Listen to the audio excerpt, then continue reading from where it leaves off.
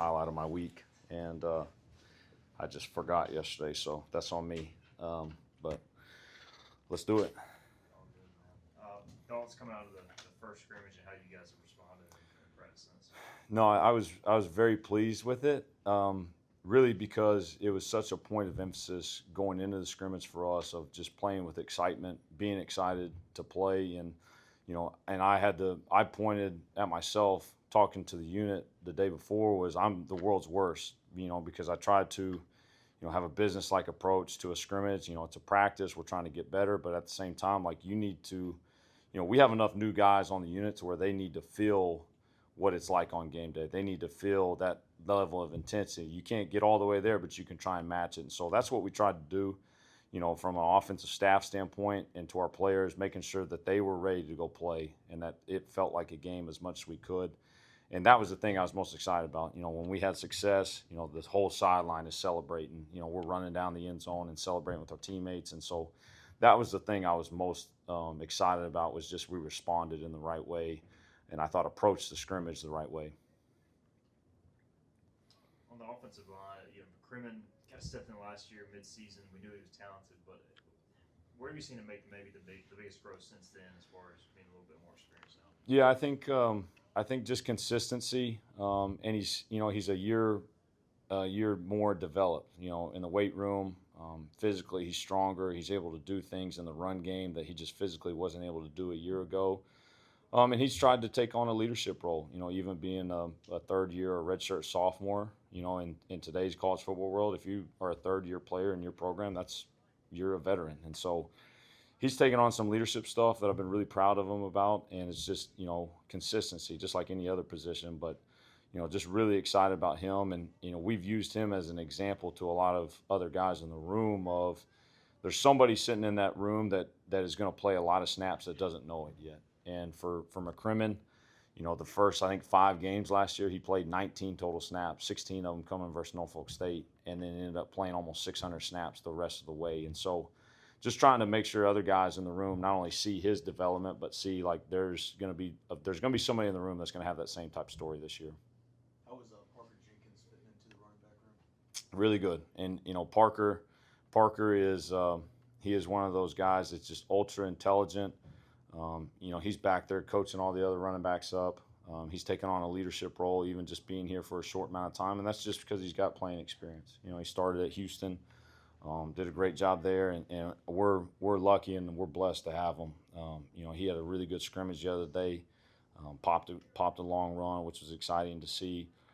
But he does everything. He's getting better and better in pass pro, and for him, it's just learning to play physical all the time. You see that guy walk around. He's got tree trunks for legs, and just making sure he plays behind his pads all the time. Going off that with the backs, were you guys early on to try to script out series? How you get, because you have talent, how you try to develop who gets on the field at what time? Yeah, it's what we got to later in the year a little bit. Rotating guys, and it's not necessarily by series. It's those guys, their job is to go as long as they can, and when it's time to get out, and let the next guy go. And that's our way of keeping them fresh in that room is having the ability to roll 3 guys. And right now, we could roll 4 guys in a game. That gets a little hard because now you're taking touches away from some people that you don't really want to. But like you said, we're that talented in that room, and I feel good about our 3 guys that we can roll out there and spread out touches and keep those guys fresh throughout the game. Where have you seen improved the most since day one of fall camp till now? I really am pleased with just how we're throwing and catching. That was one thing that I didn't feel great about this time last year. I just didn't feel like we were as crisp as we wanted to be, and there's timing issues, protection issues, and that's one thing that I think we've done a really good job of through camp is just protection. Those guys holding up front and allowing the quarterbacks to get to their second, get to the third reads, and those receivers are doing a good job of getting open. And so from day one to whatever we are now, I feel like we're in a good spot of just throwing and catching and being able, be efficient throwing the ball. With Hodge and Ditt, obviously they're both spring enrollees, so they got to do a lot of spring ball. But I'm sure it was like drinking through a fire hose for those guys. Do they look more calm and cool and collective here in the fall? Yeah, they do for sure. And they get all summer, which is huge because everything gets slowed down. And that's what I love about the summertime a little bit is, you know, they get to get coached by those older guys. They have Raheem, they get Caton to coach them throughout the summertime, and then fall camp, you know, they've been able to progress a lot faster. And it's starting to get to that point again, just because we're starting to, you know, get deeper and deeper into the install. Um, but they've done a great job. You know, they write every note you can possibly imagine. Really proud and glad of where both they are.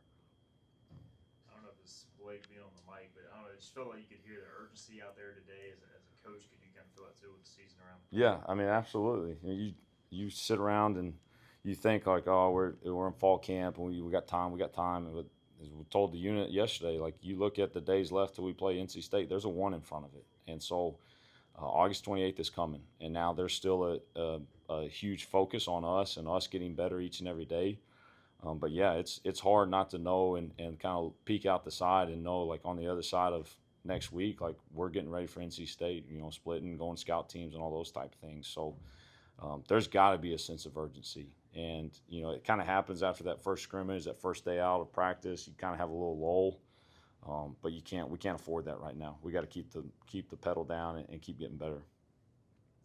Just what have you seen from Riles and Connor in their development? Just how deep is that tight room really becoming for you guys? Yeah, it's nice because they're just so versatile. And, you know, for both of them now, they've been in the system for over a year.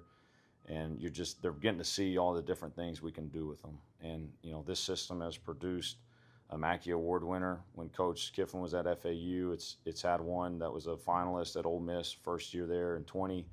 And so if you've got guys like that, like those two are, like they can get used in some really cool ways. And so being able to do some of that with them has been awesome. And I think those young guys have done a great job as well. Caleb Morrow coming around, he's kind of talking about breathing through a fire hose. Like that's him right now. You know, Miles, Stephen Collier, all those guys that are just doing a good job of just picking things up. But those older two have done a great job of just all the things we kind of put on them so far. Anything else for Coach? Thank you, Coach. I appreciate it, guys. Coach.